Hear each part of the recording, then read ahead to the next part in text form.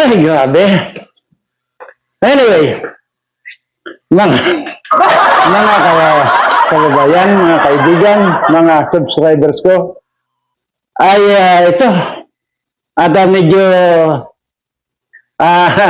nakahit tayo ngayon, at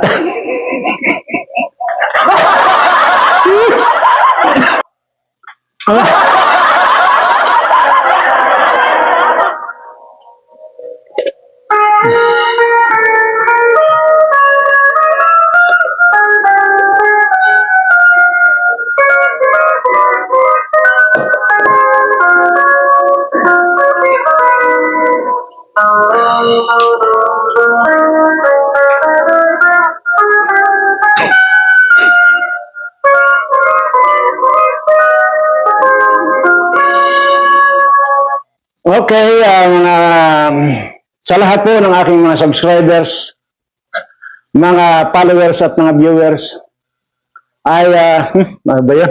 Madumikit pa yatang bulak. Madumikit pa yatang bulak. Sana ba ako? At sana manawari ay nasa mabuti kayong kalagayan lagi ay siyempre ligtas sa anumang uri ng kapamakan at malayo kayo dito sa mga politikong mga kawataan. Ayan po at bago po natin pag-uusapan yung ibibigay na po ni Maharlika yung pulburon video sa FBI. Yan po ay kung dito po sa atin sa Pilipinas, NBI, National Bureau of Investigation, at kung sa Amerika naman po ay Federal Bureau of Investigation. Ayan po, sa Amerika po yan. At mukhang magbibigay na siya ng kopya doon. At ito na siguro yung pinakamalaking dilubyo na mangyayari dito kay Bangag. Ayan. Total, hindi naman nakasiguro ako nagkulang ng pagpayo. Dapat doon pa, huwag nang kunin. Total, marami nang nakulimbat yung asawa nito. Ay dapat ito bumaba na. Kasi doon lang din naman pupuntahan ito. Actually, at yun lang ay sarili kong observation dito sa mga nangyayaring ito dahil parami yung talagang diskontento na sa pamamahala nitong Bangag na ito.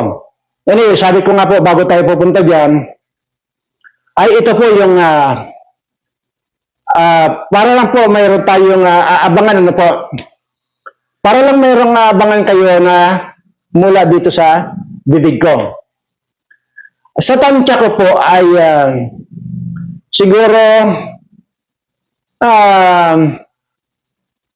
pinaka minimum ang 5 months at pinaka maximum ang 1 year. Yan.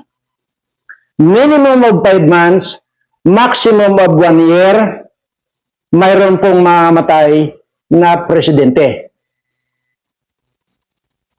Ngayon, huwag niyo pong isipin na ang pinatutungkulan ko rito ay si BBM. Hindi po, malayo po. Ang sinasabi ko po rito na presidente ay buong mundo po ang saklaw. So, ibig sabihin,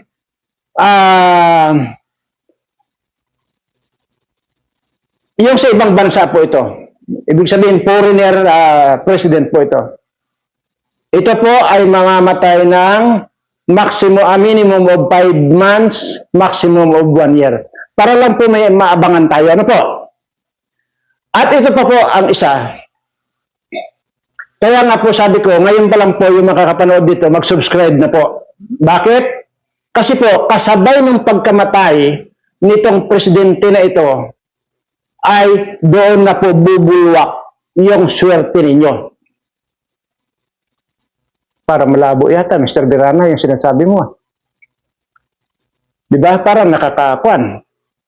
Parang malayo yata sa katotohanan, Mr. Birana. Tama po, malayo nga po sa katotohanan. Pero, yun po eh. Yun po yung idinidikta ng bibig ko. At yan po ay pumasok dito sa utak ko, lumabas sa bibig ko. Ngayon, papaano kung nalaman naman yan? Yun po ang aabangan natin. Sabi ko nga, yun ang aabangan natin kung mangyayari yon. Ngayon kasi, kapag ka nangyari nga yan, sinasabi ko nga po sa inyo, kasabay ng pagkamatay ng presidenteng ito, ay bulwak po yung swerteng darating sa inyo. Ito lang po yung presidenteng ito ang pumipigil ng swerte nitong mga subscribers ko. Parang mabigat paniwalaan, ano? Parang ang hirap paniwalaan itong mga lumalabas sa bibig ko. Di po ba? Pero, yun po eh. Pero ulitin ko lang po, liliwanagin ko po sa inyo. Hindi ko po tinutukoy dito ang ating presidente na si Marcos. Hindi po. Maliwanag po yan. At yan po ay presidente po ng ibang bansa yan. Basta po, ang pinag-uusapan po natin dito ay foreign president. Ayan, at yan nga po ang sinasabi ko. At kung hindi bumaliktad ang panahon at namatay nga itong presidenteng ito, malamang wala na po tayong alalahaning kung ano pa mang kaguluhan na darating sa atin. So ang ibig ko pong sabihin dito ay baka dito pa lang ay magwawakas na itong ating mga kinakatakutan. So, ang sabi ko nga, wala na po ako masyadong sa i-elaborate pa dito sa maaring kamatayan nitong presidente nito sa loob ng 5 buwan hanggang 1 taon. Ganun po. Ang importante po rito ngayon, lahat ng makakapag-subscribe dito sa Birana Live Studio TV at maabutan ng kamatayan nitong presidenteng ito, yun na po yung simula ng swerte ninyo. Yun na po yung simula na mababago na ang inyong buhay. Tingnan lang natin kung anong panat. Sabi ko nga po rito, nagsasalita po rito ay 175 years old. At ako po yun. So tingnan natin. Doon sa siguro naman yung taon na pagkahaba-haba ng nabuhay ako sa mundong ito ng 175 years, ay sinabi ko naman po sa inyo, observation ko pa lang, or nakikita ko pa lang, ay alam ko na po yung pwedeng mangyari. At naka-stick pa rin ako doon sa sinasabi kong senador, na ito po ay may sakit na, at kung siguro kung pumalyaman ako doon sa 3 months na sinasabi ko baka mamamatay na ito, ay siguro, kung lumampas man doon ay maaaring hindi naman magiging perfecto talaga, ay hindi naman tayo pwedeng magsabi ng eksaktuhan dito. Pero within doon lang. So, yan pa rin po ang abangan ninyo. At Pero ito po ang nakakakuan ngayon, ang nakaka-bother din sa sarili ko, presidente po ito. So maaaring mamatay ng sa loob ng 5 buwan hanggang 1 taon. Ulitin ko lang po, ito na po yung pagkakataon ninyo na para mag-subscribe. Dahil sabi ko nga po, kasabay ng pagkamatay nitong presidenteng ito, ang blessings, baka hindi nyo kayang tanggapin. Babubulusok sa inyong blessings. Kaya malas lang nung hindi nakapag-subscribe at hindi nakapanood itong video ito dahil hindi sila mapapasama sa blessings. Bagko sila ay mananatili kung ano yung kalagayan nila ngayon, mas mahirap pa lalo ang magiging kalagayan nila. So, tingnan na lang po natin, okay? So, ayun po, at balik na po tayo sa ating main topic na kung saan po ay sinabi na po ni Maharlika na na ibibigay na po niya sa Federal Bureau of Investigation yung pulburon video at hinamon pa po niya itong si Gibo na nasaan na yung sedition case na ipapile niya laban kay Maharlika. At sinabi pa rin pa niya na yung video na kanyang ipinalabas ay inauthenticate or authenticated. So, ibig sabihin, walang kaduda-duda na yun ay totoo yung pulburon video. Okay? So, yun po yun. Ngayon, ay kung ang sinasabi pa ni Maharlika ay kung kailangan nila ng certification ng authentication ng pulburon video na yon, willing siyang magbigay, lalo na kung itong si Gibo ang mag-request sa kanya. Ngayon, so bagay, hindi naman niya ilalagay talaga yung kanya sarili dito sa alanganin kung hindi totoo yung video na yon. Anyway, at bago tayo magpatuloy, ay gusto ko lang magbigay muna ng konting tawag ito, advertisement. Ayan.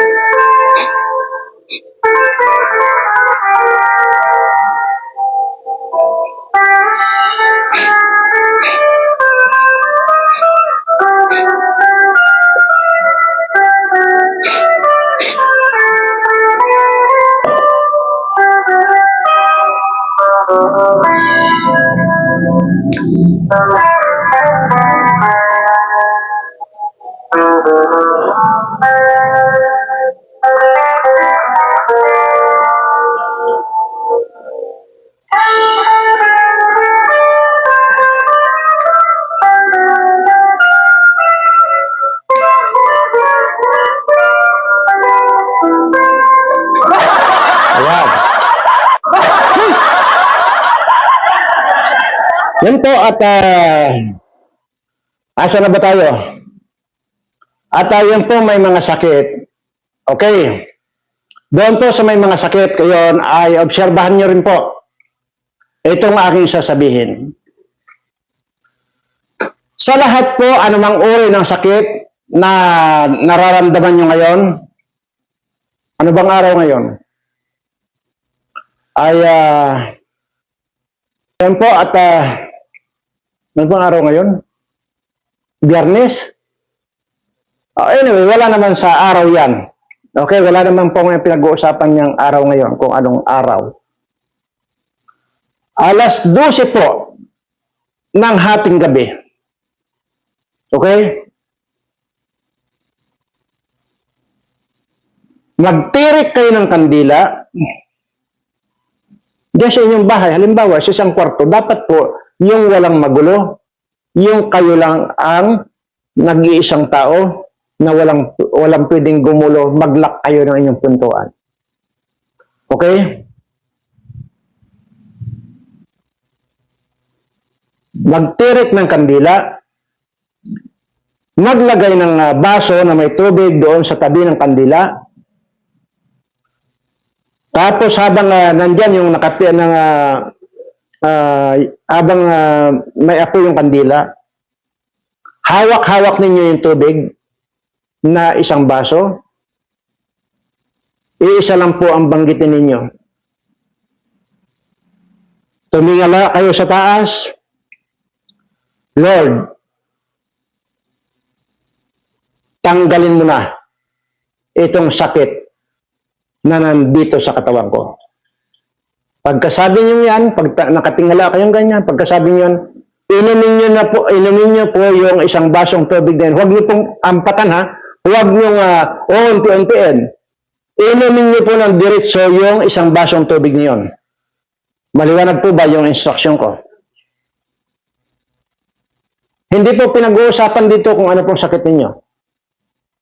Subukan niyo lang po yung 175 years old na nagsasalita ngayon. Subukan niyo lang. Ulitin ko lang po. Baka marami kasi minsan marami hindi nakakaintindi. Alas 12 ng hating gabi. Magtirik kayo ng kandila sa harapan ninyo. Nakaupo kayo siyempre. Tapos maglagay din po kayo ng tubig dyan. Diyan sa tabi ng kandila. Siguro, magmuni-muni muna kayo pala.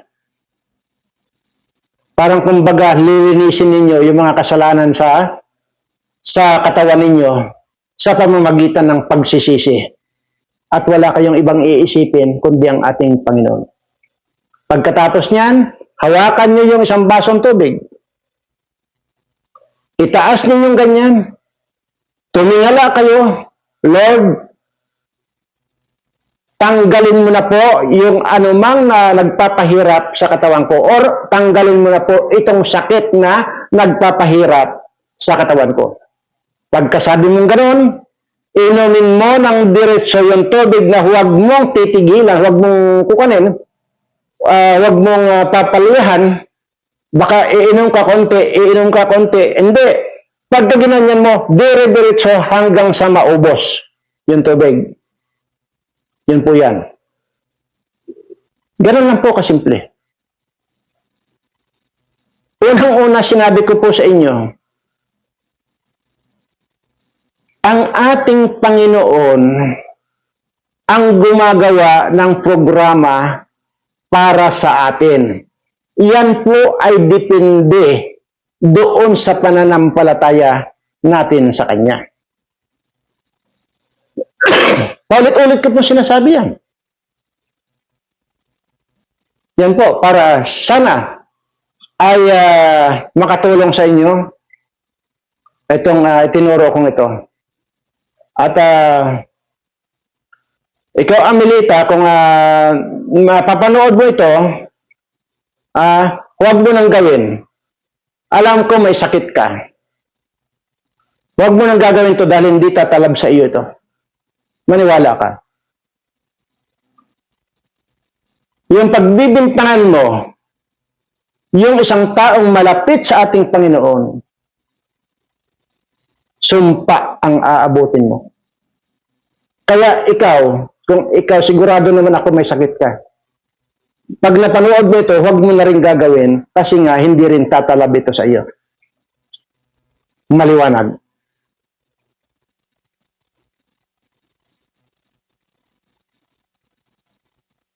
At marami kayong aabangan.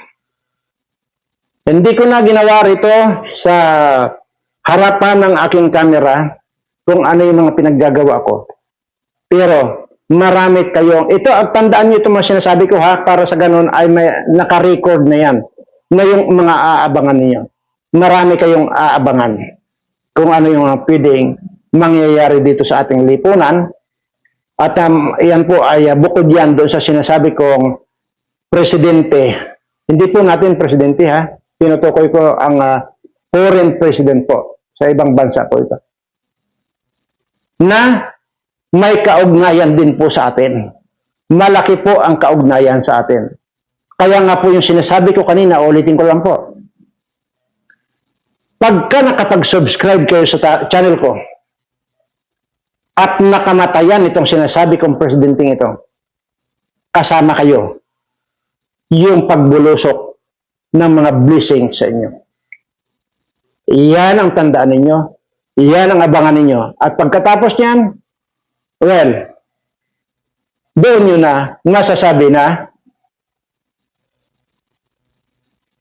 tama yung sinasabi ng 175 years old na nagsasalita sa harapan nyo. Tapos na po tayo dyan.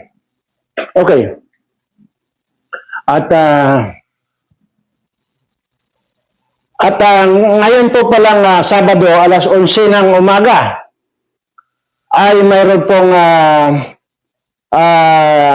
video si Maharlika or live ni Maharlika. Alas 11 po yan ng umaga dito sa atin. Panoorin niyo po dahil ang sinasabi po niya ay makakausap na po niya ng live isa sa puting ahas niya. So, i-interviewin po niya.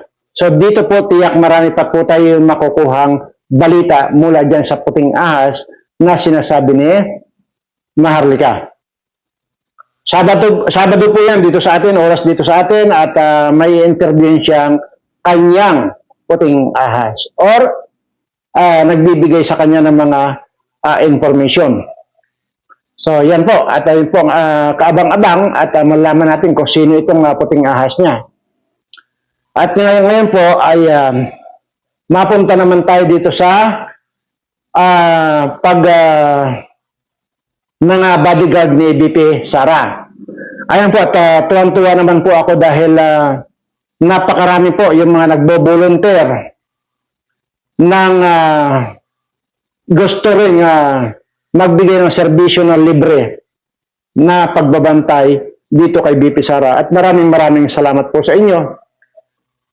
Dahil tama po yung mga ginagawa natin na kung kinakailangan natin tumulong, tutulong tayo. Kung kinakailangan natin gumastos tayo. Para sa isang tao na alam naman natin na walang ginagawang masama para sa mga tao. Ayan po yan. Kaya ibig sabihin po, kahit kailan itong si Sara Duterte ay hindi natin nabalitaan ng kung ano-anong mga kabulastugan, kung ano-anong mga kinawat niya sa gobyerno. Wala po tayong nabalitaan yan. So ngayon at nasa alanganing pagkakataon, itong nangyayari sa kanya na tinanggalan siya ng 75 na bodyguards, ay wag din po tayong magdobling isip or mag-isip pa na kung tutulong tayo hindi. Huwag na po natin isipin yun. Ibigay po natin yung tulong natin para sa kanya, sa kanyang kaligtasan at sa kanyang pamilya. Ayan po. Muli po ang aking pasasalamat dito sa ating mga kapatid na Muslim na kung saan ay napapabilang sila sa Moro National Liberation Front ay maraming salamat po. At saka yung pong mga katutubo. Ang pagkakalam ko, 11 o 11 ba na magkakaibang mga katutubo yan ay willing din po silang magbigay ng seguridad para dito kay BP Sara. At maraming salamat po. Ayaw ko na pong ulit-ulitin yung para sa akin dahil titingnan na lang natin kung ano. Depende po yan kung may makikipag-ugnayan sa akin or nakarating na po yung unang video ko tungkol dyan, ay mag-aantay lang po ako at ayoko naman pong magbida-bida or ako mismo doon ang pupunta magbida-bidahan. Ayoko po nung ganon. At saka ayoko po talaga na nagpapansin. At ngayon, kung makarating yan kay Bato de la Rosa, yung unang video ko, na ako na ang magbabayad sa sweldo nitong mga bodyguards na ito, ay gagawin po natin yan. At sa ngayon ay napakarami po yung mga nag-volunteer. At muli, ang aking pasasalamat sa inyo. At sisiguraduhin ko po sa inyo na yung gagawin ninyo ay pagpapalain kayo. At dito naman sa mga hanggang ngayon ay naghahanap kay Pastor Kibuloy, mag-isip kayo kung kayo ay nakaredy na magkaroon ng katarata or makula-pula ng katarata yung mga mata ninyo. Anyway, sabi ko nga po sa inyo, not unless kagustuhan na niya Pastor Kibuloy ang kanyang pagsuko, wala na po akong magagawa doon. Pero kung hanggat hindi niya kagustuhan, nananatili yung sinasabi ko na lahat na maghahanap sa kanya ay magkakaroon ng katarata.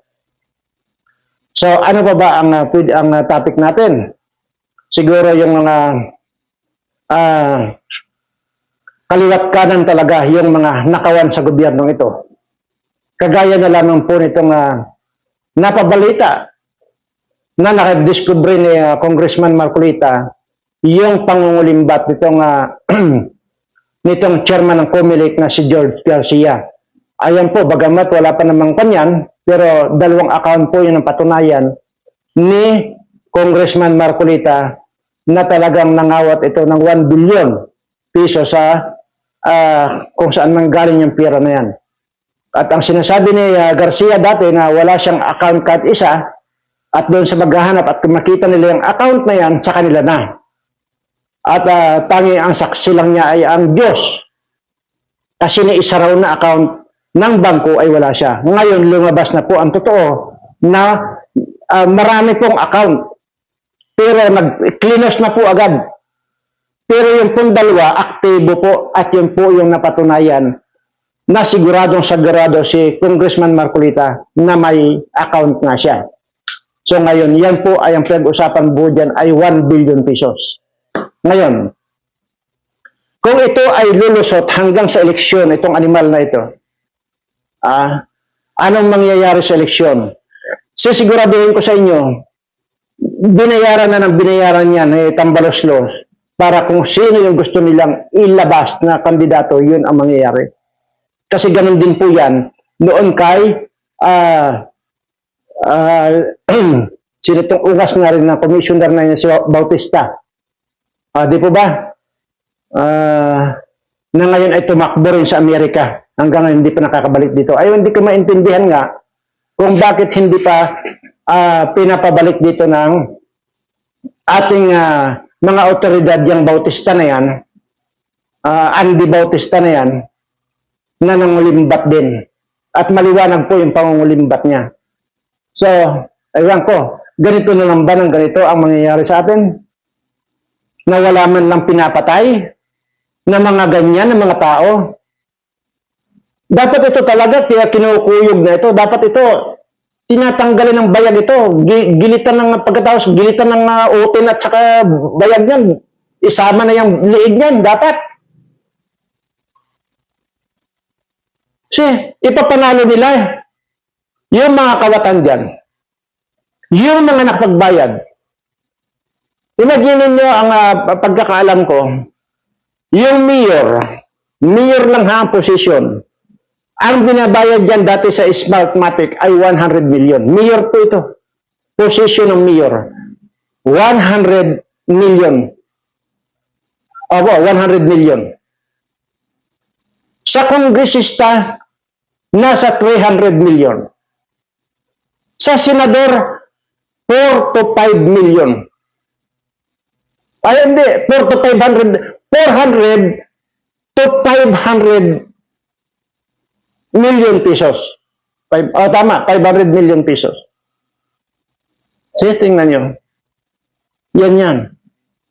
Ngayon, lumabas na naman itong George Garcia na ito na napatunayan na ni Marcolita. Yung kanyang kabalustugan din ito. Ngayon, ang pagkakaalam natin dito, ayon dito sa mga ating nakakausap, ay may kaparte ito nung butob na nandyan sa Malacanang. See? Grabe. Saan pupulutin itong bansa natin kung hindi natin masawata itong mga ganitong klase mga kawatang mga tao? Inuubos na nila ang pera ng bayan. Sinimot na nila. Bilyon-bilyon po ang pinag-uusapan na ngayon. Dati po, milyon lang eh. Ngayon po, bilyon-bilyon na. Yan po ang dapat natin tandaan. Na talagang wala nang maasahan itong mga mahihirap nating kababayan.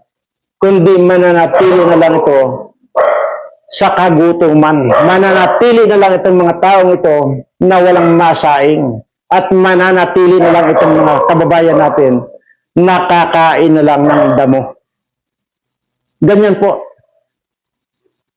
So, ngayon po ay magbantay na tayo kung kinakailangan po at matsimpuhan nyo na. Yan, itong mga ganitong mga kawatang tao. Kung hindi nyo kayang gilitan, yan mga klaseng taong ganyan, at natsimpuhan ninyo, i-message nyo ako. At ako pupunta ko sa ang lugar yan, at ako ang gigilit sa mga animal na yan. Gusto ko dito mako na ito. Malipol na itong mga kawatang ito. Ito yung mga nagpapahirap sa ating kababayan. Wala naman pong iba eh. Sila ang tunay na totoong mga salarin. Sila ang mga totoong mga kriminal dahil sa mga pinaggagawa nila na wala na silang itinitira na kabuhayan dito sa mga mahihirap nating mga kababayan. So maraming salamat po doon sa mga bagong nag-subscribe at ulitin ko lang po, yung inyo pong pagsusubscribe ngayon hanggat sa mamatay yung sinasabi kong presidenteng ito, pag hindi kayo nakapag-subscribe, mananatili kayong kung ano yung kalagayan ninyo, kung mahirap kayo, mananatili kayo mahirap. Pero kung nakapag-subscribe kayo at nadatna ng kamatayan na nakapag-subscribe kayo sa akin, buhos yung swerte na darating sa inyo. Maraming salamat po at mahal na mahal ko po kayong lahat.